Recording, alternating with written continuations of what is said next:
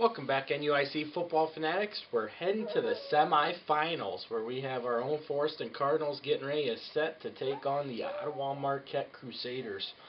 Had a couple interesting games last week, one in the south, one in the north. Marquette was a very tight game where Marquette pulled that out 24-21 late in the fourth quarter there.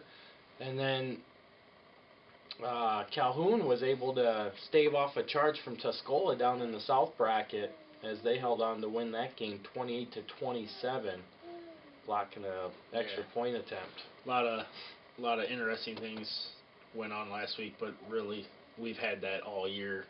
A lot of games didn't go the way we thought they would. Stockton and Salt Fork.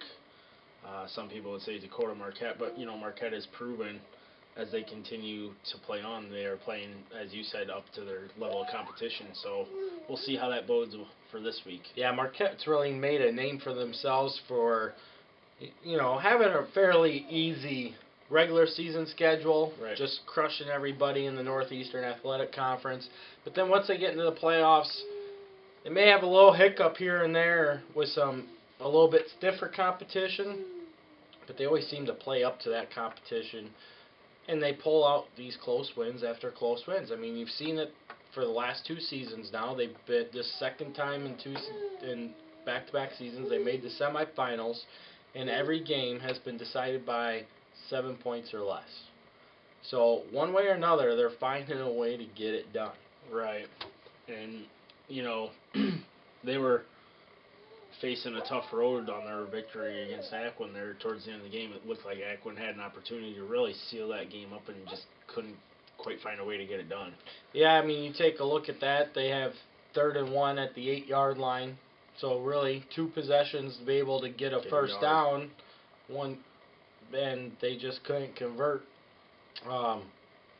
Unfortunate for Aquin because that was really a huge momentum changer, I feel. Oh, yeah. And then Marquette starts driving the ball a little bit, and then boom, they hit that big pass there to Dave Marin for Ottawa, and the momentum was just all theirs the rest of the way as they put together that 4.5-minute, 92-yard drive. Right, and then as far as, Calhoun and Tuscola, kind of a little bit of a shock, but if you've been paying attention to Tuscola as the playoffs have gone on, they really haven't. I mean, yeah, the final scores look bad, but they haven't really been very sharp. So it's not necessarily a surprise that Calhoun played them, but based on some of the media outlets in the South, it wouldn't surprise me to say maybe Tuscola overlooked a good Calhoun team. I think you're right there because, like you said, in previous videos, the first round game was a 17-7 lead at the half. Last week was a close game at the half, and then this week, again, they were down at halftime when they should have been up. I mean, they're up 14-12 with 5 seconds left to go. They throw an interception for a touchdown. Pick 6. Yeah. And then Calhoun scored on their opening drive and just held on. Yeah, but can you believe that? Actually, Tuscola had them stopped, and they get a 60-yard fake bump play. It almost makes you wonder, for me, what the competition really is in the South. Because, we had Tuscola pretty much barreling through, and even some tough games in the playoffs, but, we all thought, myself included, hey, maybe Tuscola might be the team to beat in 1A, but this just shows that, to me, 1A in the South is kind of wide open as far as these teams are concerned. And that's why I think the winner of that Forreston Ottawa Marquette game, could really have a potential to bring a title back home. Well, I'm going to agree with you because I do like the North over the South bracket this year. Last year, Arcola really made a name for themselves and the level of football that they do play down there. And I really felt that Tuscola was that team this year. I thought they were another Arcola. But going back to St. Teresa, where we had them at the top of the standings earlier in the season, and then we said that, this really could be your matchup would be either St. Teresa and Forreston. You really look at that, and you know, Tuscola should have been that team, but St. Teresa has survived, and now they're further than what Tuscola is at, and they're playing at that game to get to state. Right. You know, you look at week 1, where they were at week 1, and we go all the way down to week 13. Week 1, they were the number 1 team, and week 13, they're the number 1 team, and who'd have thought we'd be there in the 13th week after what happened in the previous 12 weeks? I mean, it's really been a roller coaster ride for St. Teresa to this point. Yes, I mean, but they've stayed in that top 4 all year long. And here they are at 11-1 facing Calhoun. Now, I'm not going to say that they're coasting into Champaign, which in a way they kind of are. Calhoun is not going to... I said it last week that Calhoun wouldn't match up with Tuscola. Well, guess what? They did. They did and they didn't. Right. I mean, you look at that game. Calhoun got up 28-14 there early in the second quarter, or in the second half, I mean. But from there on, Tuscola dominated the rest of the game. It's not that Tuscola could not move the ball. Right. Tuscola made mistakes, whether it be player mistakes or coaching mistakes, that really cost them that game. But great job by Calhoun, because what they did is they capitalized on them mistakes. Right. And that's what you do to win a ball game. Now, what Calhoun's going to need to do in this ball game is they're going to have to bring out that same physical tenacity on defense in order to stop Justin Fike from throwing the ball and Wright from running the ball all over the place. And they're really going to need to focus on their defense. And they're going to have to force some turnovers to win this game, because St. Teresa is playing at a physical level that we kind of questioned after their loss to Tuscola early in the season. And we know that Calhoun does have a physical defense. I mean, they did finish in first in the WIVC South, so it's not like they're no slouch. But they were a 6-3 team. They did suffer some losses to teams that are no longer playing. Right. But here they are in the semifinals. They knocked off the number 1 seed in the South, a heavy favorite to get to Champaign. They have a chance, but they're going to have to play another perfect game like they did against Tuscola. And I'm telling you, that game was not as far as perfect for them offensively as it was defensively. And they got to be able to move the ball against St. Teresa. Right, and that's what I also find key. You got to find a way to move the ball. You might be athletically outmatched. You might be outmatched on the line. You might be outmatched on defense. But, you know, there's something about playoffs and having the momentum. You know, it's hard to carry momentum game to game, I feel like, because there's so many swings in the game itself to carry momentum from start to end. But, I mean, like you said, they beat the number 1 team. You know, you're in the semifinals. I don't see a team that's going to be afraid to go up against St. Teresa. You know, had they met in the first round, I think maybe they would have been a little concerned. Oh, man, we got St. Teresa. But, you know, you've beaten Tuscola at Tuscola, which is a hard feat to do. What is it? Tuscola was 21-2 over the last 2 years. Calhoun, I think, can get this done. It's just whether or not the pieces fall right for them to be able to do so. Right. I mean, one of the good things is they're playing in Calhoun. Right. So that's a great thing for them. They got the home field advantage. Exactly. And they're going to have a way. They're hosting a semifinal against the number 4 state-ranked team, who happens to be the number 2 seed in the South. But St. Teresa, too, they struggled last week. They were playing a team that they beat 56-20 the first time around, and they were down at halftime 13-7. Right.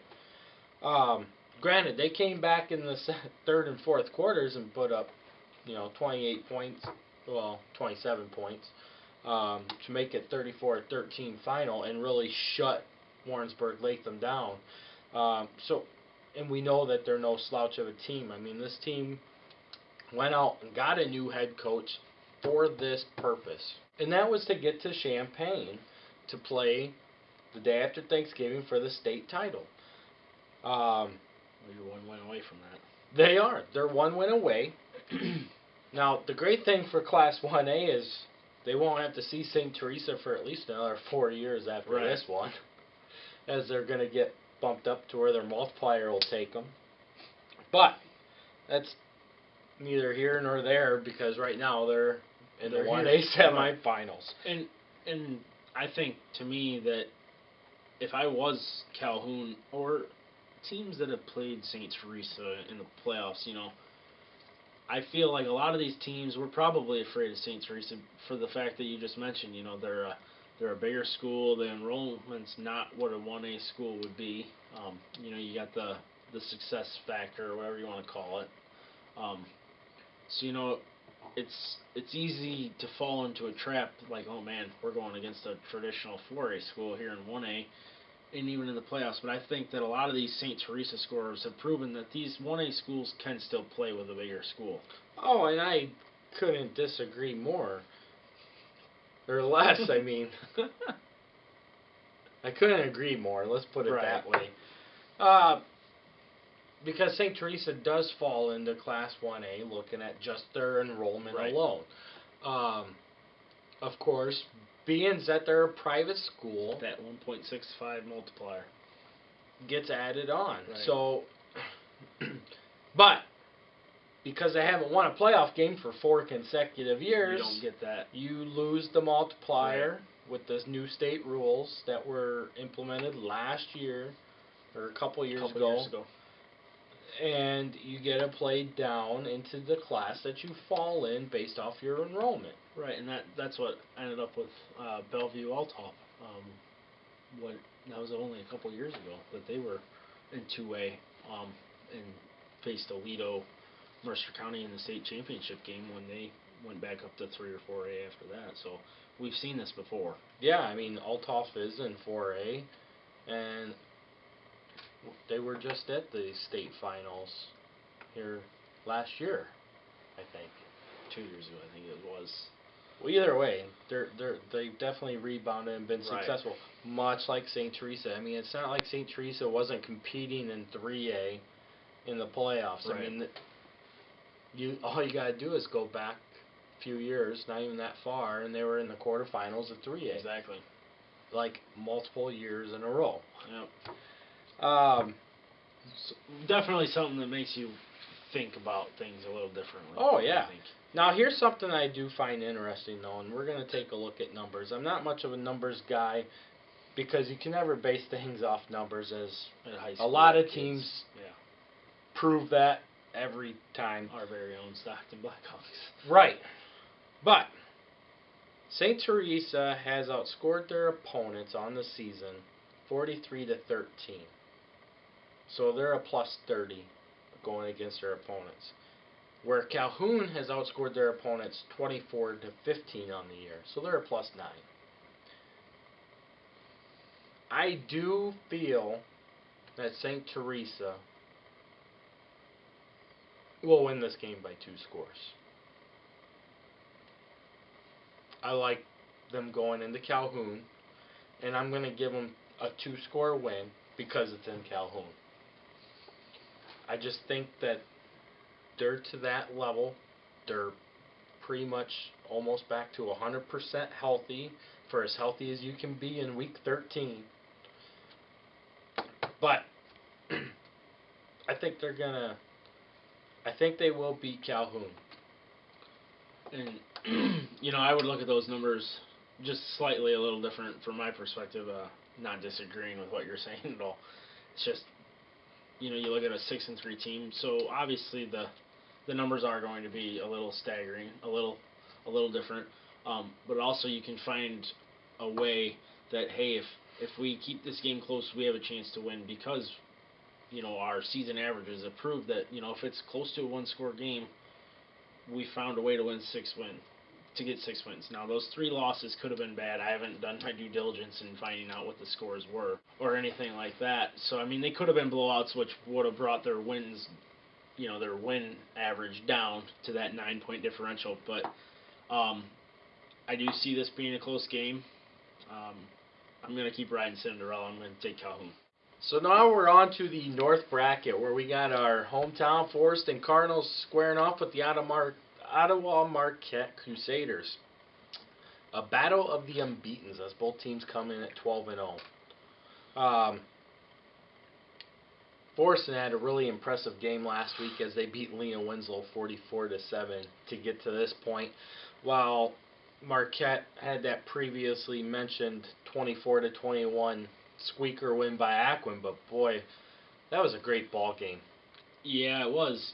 We kind of talked a lot about it, and then there was also people who we weren't necessarily sure Aquin was going to be able to keep up with Ottawa Marquette, and then we also had people who thought Aquin would handle them. Based on seeing Ottawa Marquette struggle with Milledgeville and Dakota as well. But, they proved that they hung around until the end and they found a way to get it done against a good Aquin team that really did have an opportunity to put the game away about midway through the fourth quarter. Needed just a yard or two to get a first down and really kind of milk out the clock and seal the deal. But, sometimes things don't happen and Ottawa Marquette advanced. So, this matchup is very intriguing to me. A lot to talk about. Yeah, I mean, Marquette's 12-0, Forreston's 12-0. We get that. You look at their numbers. Let's just look at their numbers on the year to date. Forreston is outscoring their opponents 40-5 for a differential of 35 points. Marquette's outscoring their opponents 45-8 for a differential of 37 points. So right there, pretty much dead even, right? Right. Okay. Let's look at games against ranked opponents. Forreston has played 5 teams that are ranked in state. Marquette has played 2 state-ranked teams with a third team that was receiving votes. So we'll say they were ranked top 15, which Right. they were. Forreston has outscored their ranked opponents by a score of 28-7 for a 21-point difference. Marquette has beat their 3 teams by an average score of 33-18 for a 15-point difference. So you look at Forreston's a touchdown better against ranked opponents. Now, let's look at the playoffs. Forreston has outscored their playoff opponents, which includes 2 state-ranked teams, 51-7 for a difference of 44 points. It's a lot. It's a running clock. Average. Yes. Marquette has beat their 3 opponents, which has also included 2 state-ranked teams, by an average of 19-15 for a 4-point difference. And Marquette has had to run the gauntlet of the NUIC to get to this point just to face another NUIC opponent. And that's where I'm going to stop you. Perfect. Because while they have faced the NUIC gauntlet, let's cut to the chase here and get it down to some Science? not necessarily science, but a little bit of a map onto where we're going with this, because Milledgeville, okay, they gave Stockton a game for a while. Otherwise, they did okay. They lost a few games, but that loss against Stockton didn't really hold water after they lost to Salt Fork. They beat a mediocre Dakota team, I'd say, because Dakota was on and off, so you average that out. They were an average team. An average playoff team. An average playoff team. You had a good, I'll say a good Aquin team. Not an Aquin team we've seen in years past by any stretch, but a team that really did have their offense going full throttle by the time they met in this matchup. Yes. I saw Aquin play polo, and the team I saw Saturday was leaps and bounds better than the team that beat Polo. So, you know what? That is a good win for Marquette. So, to get a good gauge on this, I would... this really isn't fair to say it like this, but I would take the best players off of Milledgeville, and I'd take the best players off Dakota, along with Aquin, and you bottle all 3 of those groups up, And they're still not going to equal what you're about to see with an animal of Forreston come Saturday. What Forreston does so great is they can beat you in so many ways with so many waves of players. I really respect what Marquette has done to this point, but the animal's coming. It's like they say, Forreston is fast, not just in the backfield. Right. Forreston is not just fast off of the line, but Forreston plays at a speed that is like watching the Oregon Ducks play. Right. When Chip Kelly was the head coach. Very, very good. They run a no-huddle offense. They run that no-huddle offense, and they go, go, go. And they're going to go, and they're going to keep driving for them 3 to 5 yard gains. They have the ability to bust one off. Their stable of 3 running backs, which is a fullback and 2 halfbacks, are both physical enough to run through you, but fast enough to run by you. And 2 of them, you get them out in the open field, they're gone. Good luck. Unless you have somebody that's faster, which, I'm sorry, we haven't seen to this point. I've watched Marquette the last 2 weeks. They do not match up with the speed of Forreston. Right. They're not even close. Probably the closest one as far as speed to Forreston is Sam Heddle, the tight end and linebacker. Maybe the closest one. Now, what Marquette is really good at is run defense. We know they're terrible at pass defense because Aquin just scorched them for 420 yards. So, but they also don't have to worry about that this week. They don't have to worry about that this week, no. But if you watch Forreston, watch them in the first quarter and watch them in the fourth quarter. And watch them at the line of scrimmage. Because their offensive and defensive linemen will still be coming off the ball at the same level, at the same speed, at the end of the game as they were at the beginning of the game. If not more. That is how conditioned this Forreston Cardinal football team is. Right. And I'm glad you brought that up because, you know, we had a chance this Saturday to really soak in the atmosphere and talk with some Ottawa Marquette fans, and you know that topic was brought up, the speed of Marquette's line based on comments we have made before, and we also were in contact with a coach that said, you know, Ottawa Marquette's line speed, they are faster in person than what is on film. Even so, they are not fast off the ball. I do not think at all. I know you share the same opinion. We don't need to discuss that. But that's where your point with Forreston just firing. You know, Ottawa Marquette has some bodies, some big bodies. Well, they're going to have the size advantage on the line. But, you know, Forreston has proven all year that they might not always be the biggest team on the line, but it doesn't matter.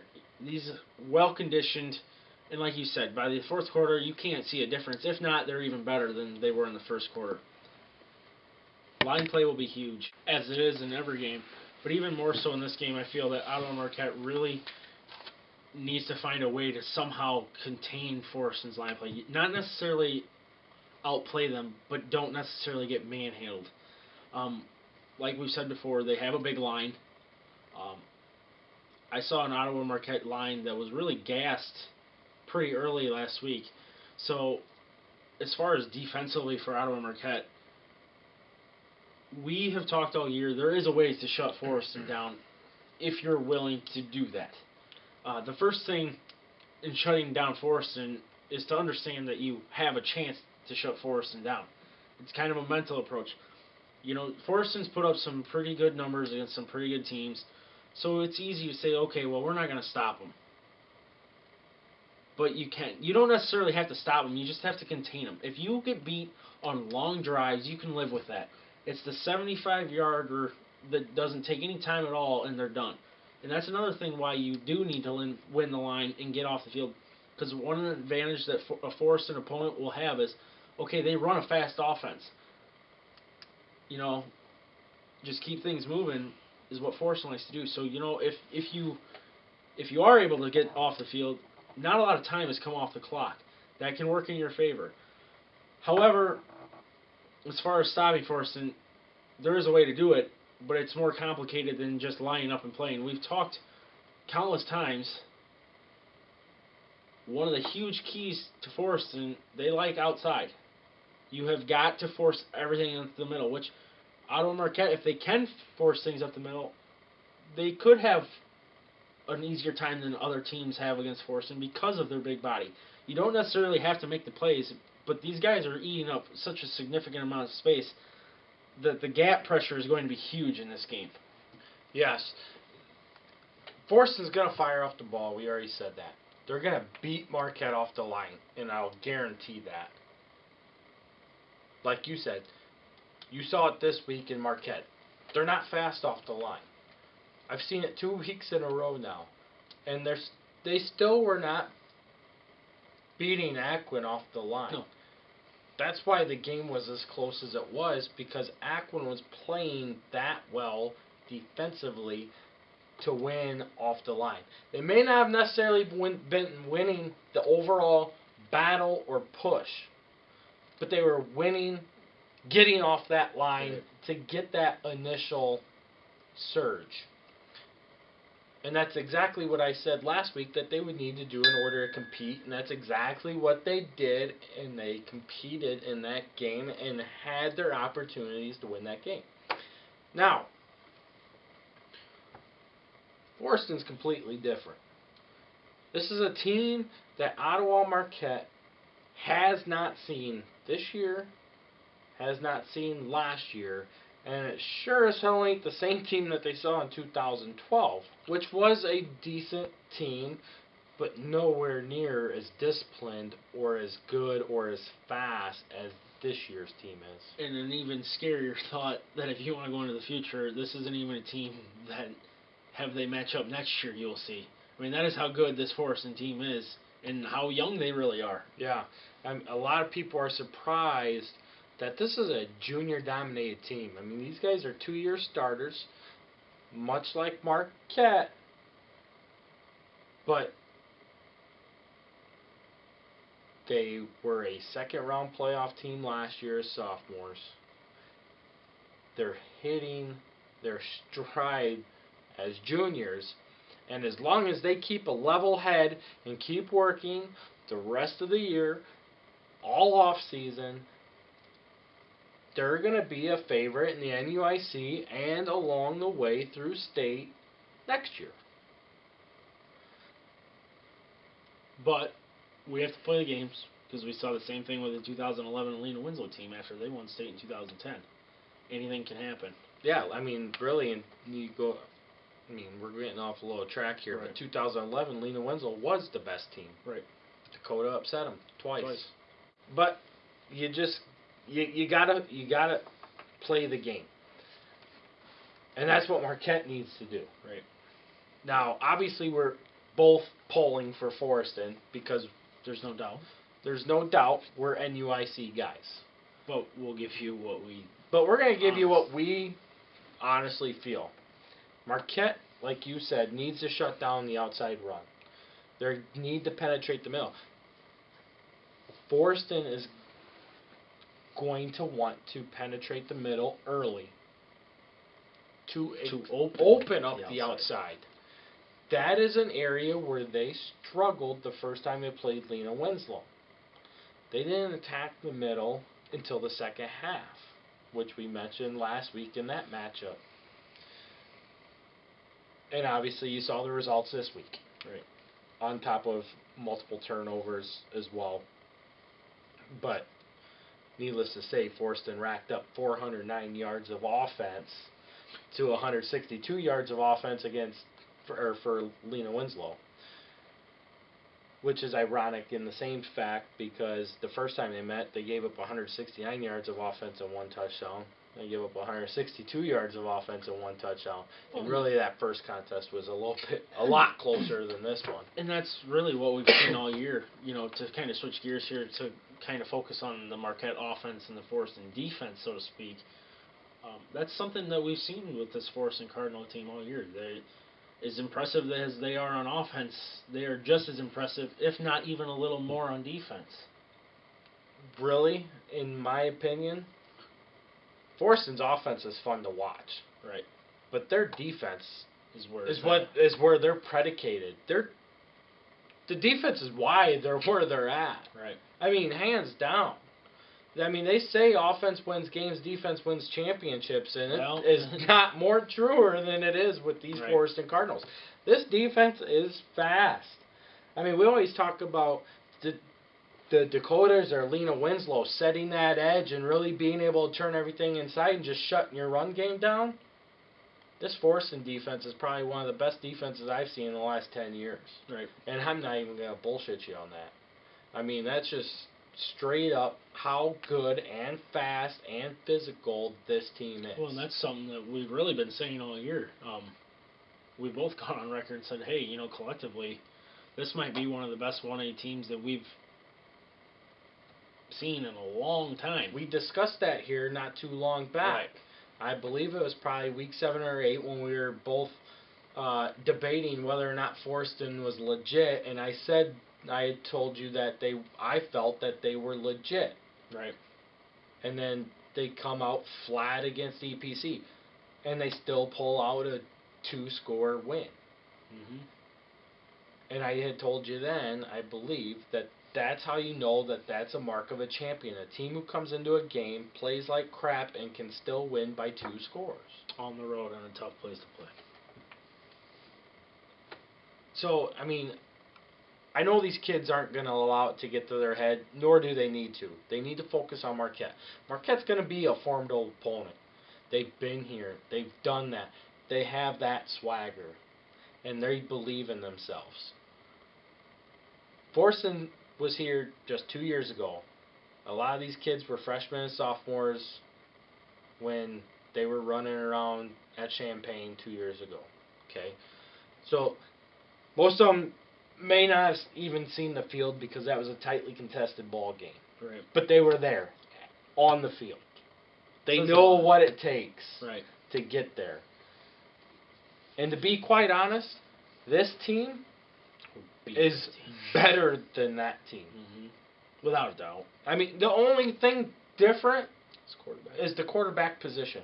Okay? Mm-hmm. The 2014 team had a great quarterback that can spread the ball out. Not saying that this year's quarterback's a bad quarterback, because I really think Hunter Dawes does a great job at running the offense. He really does. But overall, top to bottom, team to team, I like this team better. And this team doesn't seem to have that air around them that 14 team did. That 14 team kind of thought that they were going to win. And, of course, they did win. But they got handled by EPC. That team played a lot of close games that year. They had a lot, yes. I mean, you even look at their semifinal game. They were down 21-7 in that game. Granted, they came back. It was one of the best games that I've seen. It was absolutely awesome watching that game in Forreston. And then you look at their game against Carrollton in the state final game. You know, there again, it was another very close game, a game that they could have put away a lot sooner than they did. Very true. But they made some mistakes. And the mistakes cost them, but they held on and got the victory.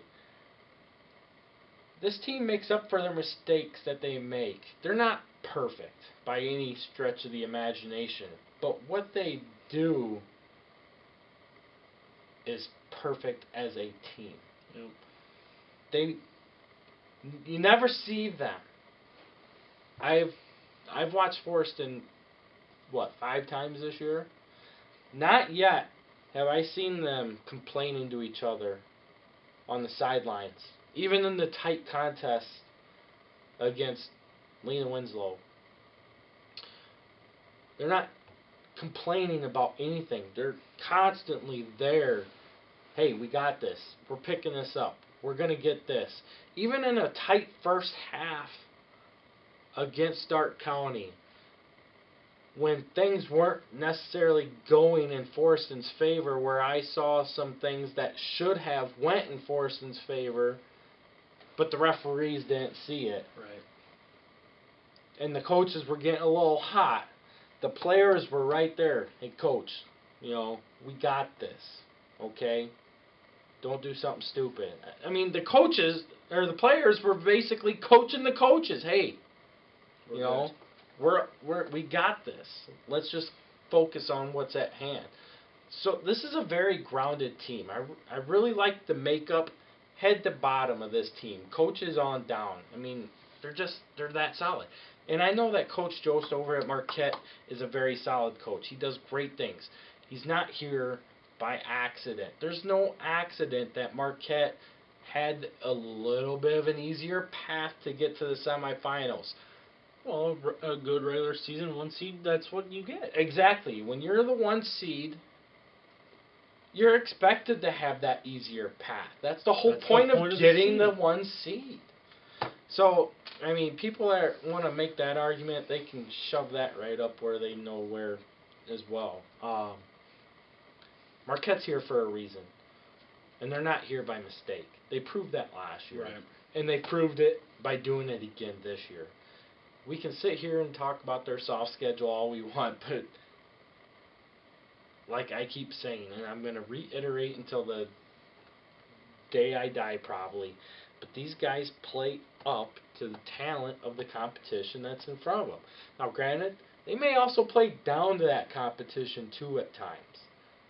But they're not ranked number 3 in state for a reason. They're not 12-0 for no reason. So Forreston has, as much as we've talked up Forreston, and Marquette's going to be a very tough opponent for Forreston. But I feel Forreston needs to focus on taking care of business and staying focused on what they need to do. Yeah, and we've really laid out what Forreston has done good all year, ways you can beat Forreston. But like you said, hold on. Way you beat Forreston? Force them to throw the ball. Yeah, be a starter. If you can't shut down their run game, you're not going to beat them. That's it. Right, and I agree with that completely. You force a predominant running team to throw the ball. Not saying they can't handle it, because we have seen teams be able to do it when they need to, but making them pass, 15 times a game is something that Forreston would not feel comfortable doing. So there is gains to be made as far as the game plan for making Forreston do things that they're not comfortable with. But for me, we've really laid out things on how we see this Forreston team and how we see this Ottawa Marquette team. And I agree with you. I respect what Marquette has done to this point. But I think this is this is a game about Forreston. And I'm not saying that just because of who we are and what we represent. I'm saying this is probably because I'm saying this because it's the best team I've seen in a long time. If Forreston does what Forreston has done to this point, this game could get ugly. And I'll go on camera here to say this, that I am picking Forreston to win by 3 or 4 scores. I have a score in my head, which I'm not going to reveal. But I do have Forreston as a 3-touchdown favorite. I do like Forreston in this game. Going on the road, taking care of business, so long as they stay focused on what they need to do. Do not overlook Marquette. Do not get ahead of yourself. You have Marquette this week. They know they're the underdog, and they're going to come out like they're the underdog. And at home. And they're at home. You need to be ready for that. I agree. Go Cardinals. So, that brings you to our semifinal matchups. We'll be heading to Marquette this week, as that's obviously the only place to go. Make sure you get there early. Parking is limited. The venue is nice. It's a great playoff atmosphere. But parking is very limited down by the field, so you may need to park a block or 2 or 3 your way. So just get there early. Have some fun. Enjoy the moment. Looking forward to a great game. Yeah, I definitely think it'll be a great game, and hopefully the Cardinals will pull this out so we can see them in Champaign in a week. Yep, and realistically, that's what it's all about. So we'll NUIC you in Ottawa. Peace.